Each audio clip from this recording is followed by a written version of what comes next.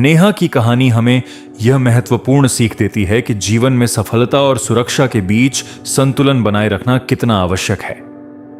आज के डिजिटल युग में जहां सोशल मीडिया और ऑनलाइन प्लेटफॉर्म्स त्वरित सफलता के रंगीन सपने दिखाते हैं, वहां यह जरूरी है कि हम तकनीक का सकारात्मक उपयोग करें और साथ ही सतर्क भी रहें।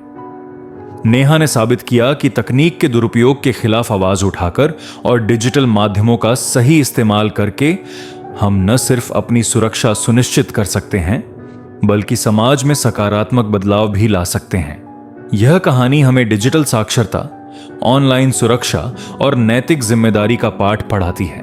साथ ही यह भी दिखाती है कि तकनीक का सही इस्तेमाल करके हम अंधेरे को रोशनी में बदल सकते हैं।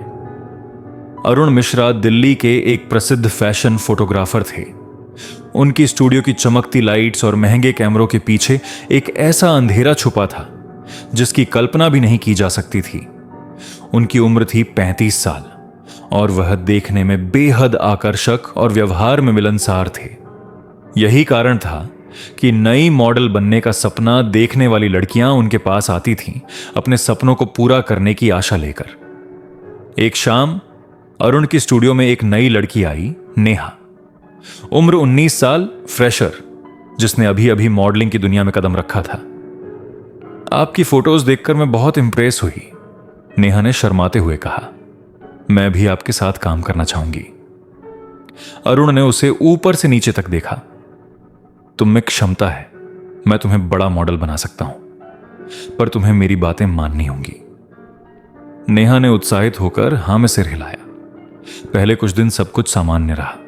अरुण ने नेहा की कुछ पोर्टफोलियो शूट्स की और उसे एजेंसियों से मिलवाया। नेहा को लगा कि उसके सपने सच हो रहे हैं, लेकिन धीरे धीरे अरुण का व्यवहार बदलने लगा।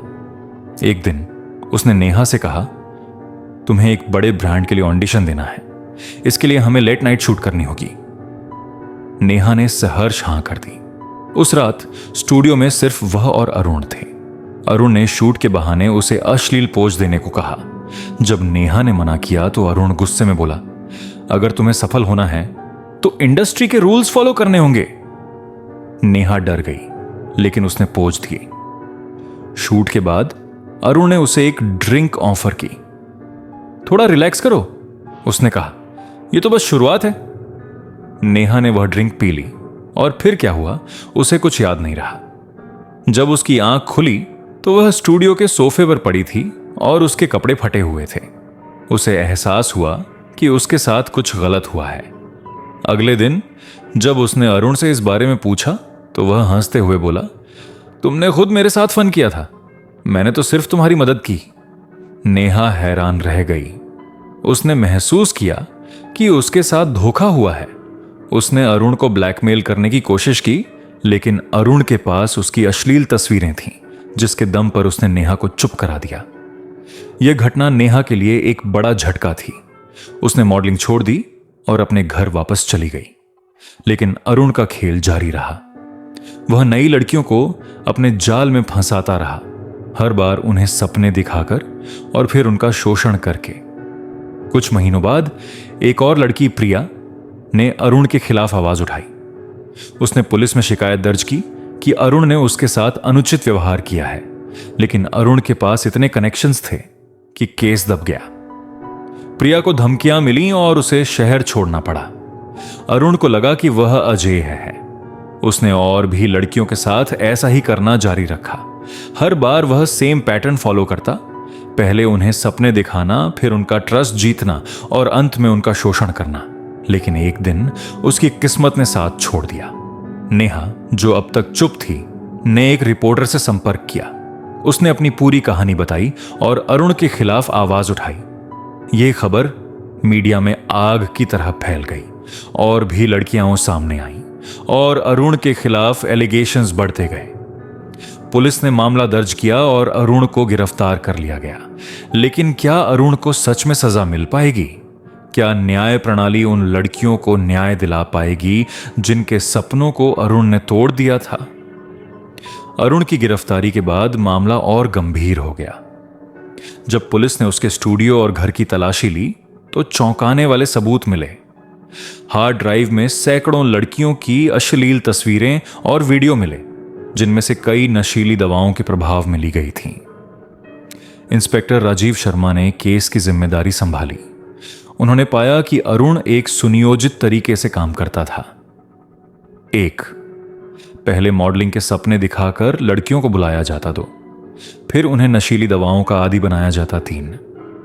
अंत में उनकी तस्वीरों के बल पर ब्लैकमेल किया जाता। नेहा और प्रिया के अलावा और भी कई लड़कियां सामने आईं।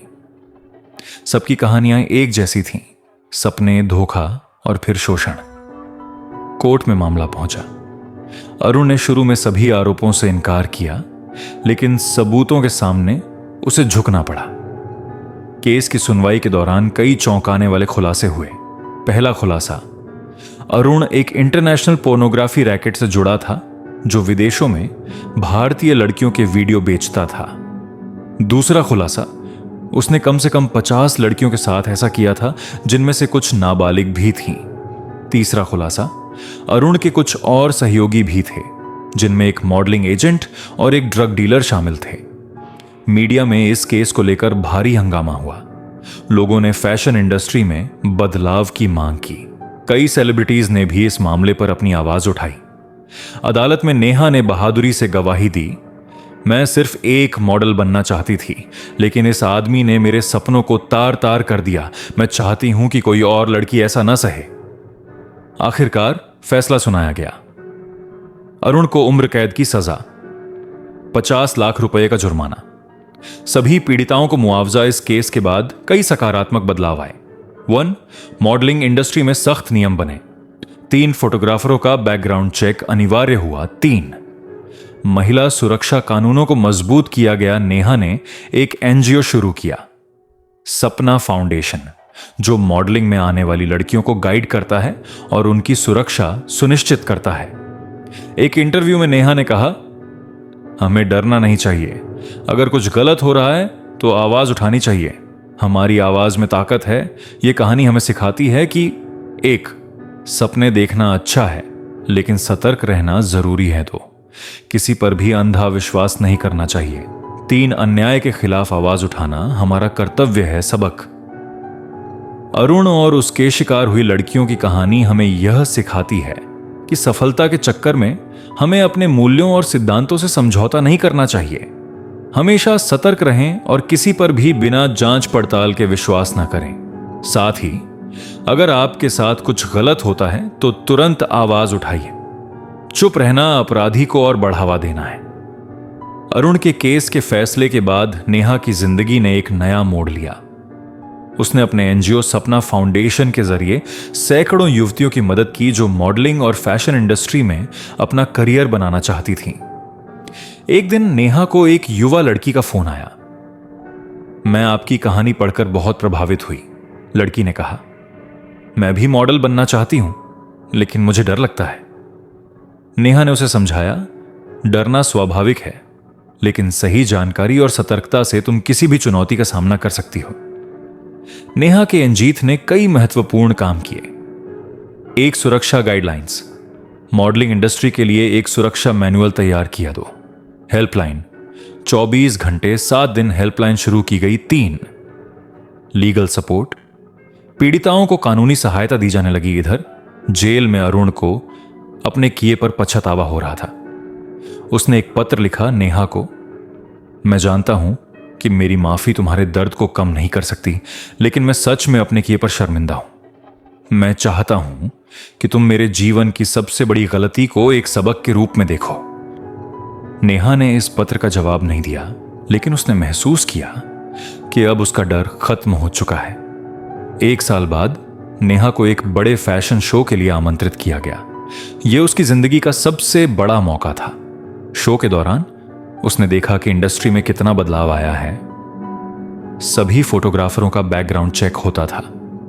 महिला सुरक्षा अधिकारी मौजूद थे। काम के घंटे तय थे। शो के बाद नेहा से एक युवा पत्रकार ने पूछा, आपकी इस सफलता का राज क्या है? नेहा ने जवाब दिया, मेरी सफलता का कोई राज नहीं है। यह तो एक लड़ाई का नतीजा है। अपने आत्मविश्वास की लड़ाई, अपने डर पर जीत की लड़ाई। नेहा की कहानी ने साबित कर दिया कि कोई भी सपना बड़ा नहीं होता। हर मुश्किल से लड़ा जा सकता है, सही रास्ते पर चलकर सफलता पाई जा सकती है। आज नेहा न सिर्फ एक सफल मॉडल है, बल्कि हजारों युवाओं के लिए प्रेरणा स्रोत भी है। उसने साबित किया कि अगर इरादे मजबूत हों तो हर बुराई के खिलाफ लड़ाई जीती जा सकती है। अंतिम सबक, इस कहानी से हमें यह शिक्षा मिलती है कि जीवन में आने वाली हर चुनौती हमें मजबूत बनाती है। महत्वपूर्ण यह नहीं कि हमारे साथ क्या हुआ, बल्कि यह है कि हमने उससे क्या सीखा। डर को अपने ऊपर हावी न होने दें और हमेशा सच्चाई और न्याय के रास्ते पर चलें। नेहा की कहानी हमें सिखाती है कि सफलता के लिए कभी भी अपने आत्मसम्मान और सुरक्षा से समझौता नहीं करना चाहिए। चाहे कितने भी आकर्षक अवसर क्यों न दिखें, हमेशा सतर्क रहें और अपने मूल्यों को बनाए रखें। सच्ची सफलता वह है जो ईमानदारी और मेहनत से मिले, न कि शॉर्टकट अपनाकर। अगर कोई गलत करे तो डरे नहीं, बल्कि साहस के साथ उसका विरोध करें, क्योंकि आपकी आवाज में वो ताकत है जो न सिर्फ आपको बल्कि दूसरों को भी अन्याय के खिलाफ खड़ा कर सकती है।